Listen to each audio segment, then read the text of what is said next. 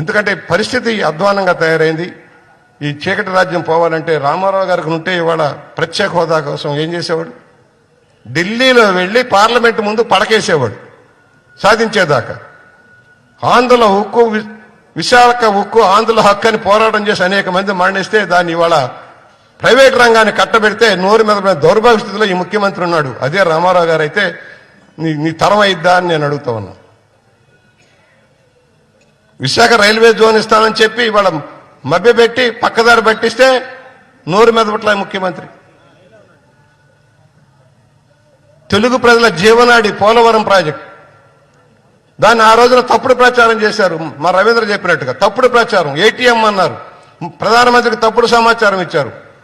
ఏదైతే 2013 యాక్ట్లో ధరలు పెంచి ఇవ్వాలి రైతులకి, అది తెలిసి కూడా నేను 10 లక్షలు ఇస్తానని చెప్పి ఇవాళ మోసం దగా చేసిన వ్యక్తి జగన్మోహన్ రెడ్డి. పెరిగిన ధరల ప్రకారం 55,000 కోట్ల రూపాయల పైచీలకు అయితే దాన్ని చంద్రబాబు గారు ప్రొజెక్ట్ చేసి అంగీకరించేలాగా చేస్తే ఈయన వచ్చేసి అబ్బాయి దోచుకోవడానికి పెట్టాడు చంద్రబాబు నాయుడు, ఇంత అవదని చెప్పాడు. ఇవాళ ఆ ఫిగర్ కూడా సరిపోదని ఎందుకు చెబుతున్నావు నువ్వు? బాగా సాగి 72% అయిన ప్రాజెక్టుని ఎందుకు ఆపేశావు? ఇవాళ ఎక్కడ వేసిన గొంగలు అక్కడే. ఒకవేళ మీరు చూద్దామని వెళ్తే చంద్రబాబు గారేమో బస్సులే చూడమని పంపించారు, ఈయన ఎవరైనా వెళ్తే తరిమి కొడుతున్నారు పోలీసులను పెట్టి. అదేమన్నా జడ పదార్థమా చూడకుండా పోవటానికి? ఎందుకు భయపడుతున్నావు నువ్వు? విద్యారంగం కొనారెళ్ళిపోతుంది, వైద్య రంగం కొనారెళ్ళిపోతుంది, మొత్తం దోపిడీ అయిపోతుంది. ఇలాంటి పరికమాలని ప్రభుత్వాన్ని సాగనంపాలంటే రామారావు గారి ఆశయాలే మనకి శిరోధార్యం.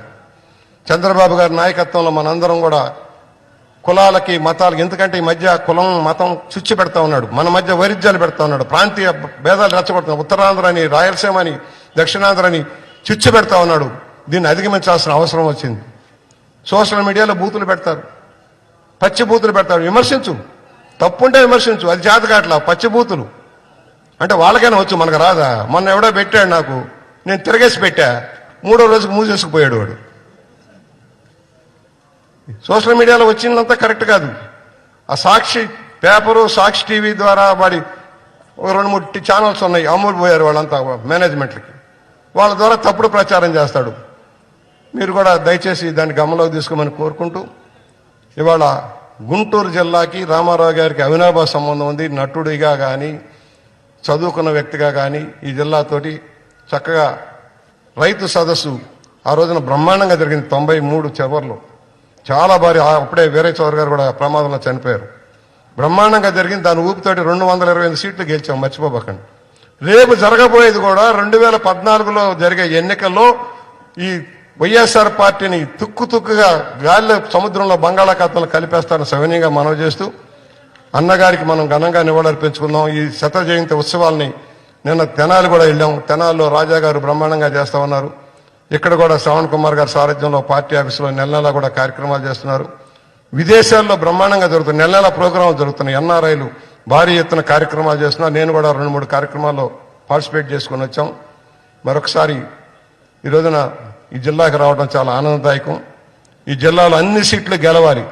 నాయకులకు కూడా విజ్ఞప్తి చేస్తున్న ఈ సందర్భంగా, కదులుదాం, కదిలిద్దాం, కదులుదాం, కదిలిద్దాం. అయిపోయింది, హానీమూన్ అయిపోయింది. 3.5 ఏళ్ళు ప్రతి ఒక్కరూ ప్రజల్లోకి వెళ్లాల్సిందే, చొచ్చుకుపోవాల్సిందే, జనంలోకి వెళ్లాల్సిందే. గ్రామాన చుట్టిముట్టి వాళ్ళని చైతన్యవంతం చేసి మన కార్యకర్తలకు మనోధైర్యం ఇద్దాం. నిన్నటిదాకా కేసులు పెట్టారు, ఏం పీకుతారయ్యా? ప్రభుత్వం వచ్చిన అరగంటలో రవీంద్ర గారి మీద కేసు దూది పింజాలో లేచిపోద్ది.